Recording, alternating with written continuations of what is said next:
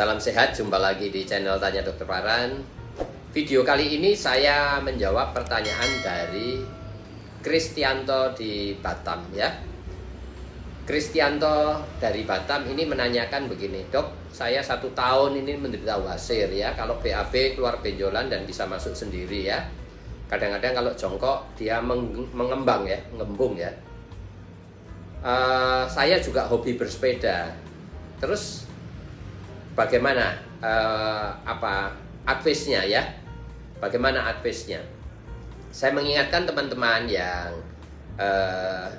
ingin bertanya kepada saya, tulis di link tree Tanya Dokter Paran. Kemudian saya akan menjawabnya dan mengupload di channel YouTube Tanya Dokter Paran ya. Kembali kepada pertanyaan Bapak Kristianto dari Batam ya.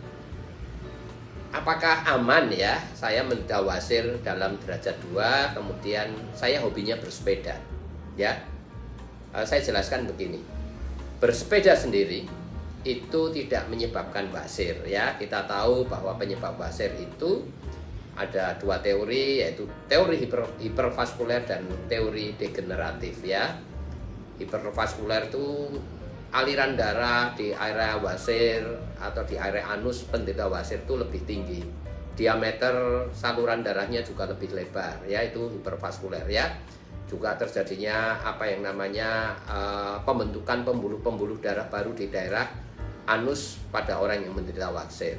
Dan juga ada teori degeneratif di mana ada yang namanya proteinase, suatu enzim yang memecah protein ekstraseluler itu ekspresinya tinggi, sehingga faktor pengikat bantalan anus atau bantalan wasir itu putus sehingga melorot ya. Selain faktor risikonya adalah BAB susah, mengejan kuat-kuat ya, BAB lama, sedikit-sedikit BAB ya. Jelas ya. Sepeda sendiri tidak menyebabkan wasir. Cuma kalau kita menderita wasir dan kita bersepeda akan mempengaruhi derajat gejalanya ya. Gejalanya akan bertambah parah. Mengapa? Kita tahu kalau kita bersepeda dan desain saddle sepeda kita ini desainnya tradisional ya. Traditional saddle, yang traditional saddle itu apa ya? Itu saddle yang kita lihat seperti sekarang ini. Jadi seperti ini ya. Ini saddle biasa yang ada hidungnya ya, lancip di depannya itu ya. Itu bentuk desain saddle yang tradisional ya. Kita tahu dengan bersepeda maka tumpuan beban berat badan kita dengan saddle yang bentuknya tradisional tadi akan daerah sensitif kita, yaitu daerah kemaluan dan anus, itu akan menahan beban berat badan kita. Sebanyak berapa?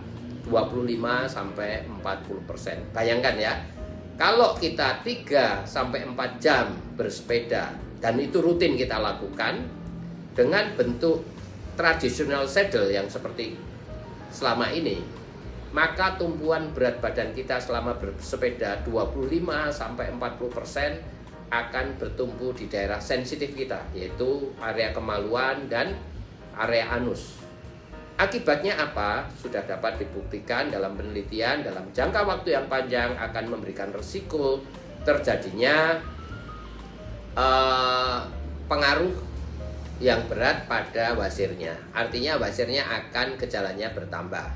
Yang kedua, bagi orang yang tidak menderita wasir akan mengalami disfungsi ereksi atau gangguan ereksi di kemudian hari, sedang sampai berat.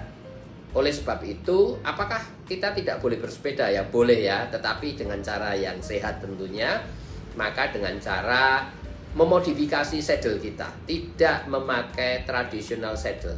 Ya, saya mengingatkan juga teman-teman yang profesional ataupun juga yang rekreasional aja ya, bersepeda untuk rekreasi, kita memitigasi ya, supaya di kemudian hari tidak mengalami disfungsi ereksi atau mengalami gejala wasir kita bertambah parah ya. Ada 2 desain saddle yang bisa kita pakai atau memodifikasi saddle kita. Yang pertama Hobson, HOBSON, Hobson saddle.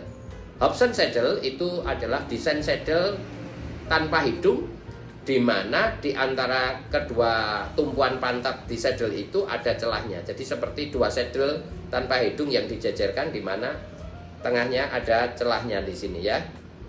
Seperti itu.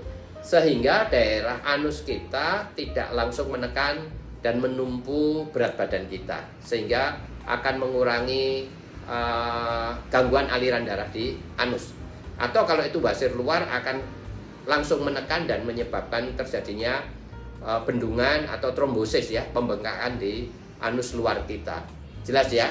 Untuk yang menderita wasir, memodifikasi saddle tradisionalnya ke model Hobson saddle ya, dimana itu saddle noseless yang tidak mempunyai hidung, tetapi ada belahan legokan gitu ya, cekungan di tengah di antara kedua saddle-nya, belahan saddle-nya itu namanya Hobson saddle. Sedangkan orang yang tidak menderita wasir, supaya kita tidak mengalami disfungsi ereksi moderate sampai severe ya, moderat sampai berat di kemudian hari, maka perlu memodifikasi saddle-nya dengan desain saddle yang noseless ya. Kalau ini saddle biasa, ini kan ada hidungnya. Noseless itu yang tanpa hidung ya, sehingga tumpuan berat badan kita saat bersepeda tidak di area kemaluan atau di daerah area anus ya, tetapi tetap di tulang duduk kita, di kanan kiri pantat kita ya. Jelas ya Pak Kristianto dari Batam. Jadi apakah kita tetap boleh bersepeda? Ya boleh-boleh saja, tetapi saran saya memodifikasi bentuk saddle-nya ya. Nah, ini bagi teman-teman yang suka cycling ya, bersepeda, mohon itu dijadikan pertimbangan ya. Kalau menderita wasir dengan Hobson saddle design, tetapi kalau yang tidak menderita wasir boleh memakai yang noseless design, saddle tanpa hidung. Mengapa? Kalau 3-4 jam kita bersepeda dan rutin dilakukan, ingat bahwa beban berat badan kita selama bersepeda 25-40% bertumpu di bagian sensitif kita, yaitu area kemaluan dan anus yang langsung menekan di saddle-nya. Oleh sebab itu harus didesain saddle-nya itu yang noseless ya, supaya aman di kemudian hari. Karena kalau kita rutin 3-4 jam bersepeda, maka sudah bisa dibuktikan membawa resiko terjadinya dysfunction ya, erectile dysfunction atau gangguan ereksi di kemudian hari ya, mulai dari sedang sampai berat ya. Bersepedalah dengan sehat ya. Saya mengingatkan teman-teman yang akan bertanya kepada saya, silahkan tulis di link ceritanya Dokter Paran, dan saya akan upload jawabannya di channel YouTube Tanya Dokter Paran. Semoga jawaban saya bisa sedikit mencerahkan ya Pak Kristianto di Batam ya.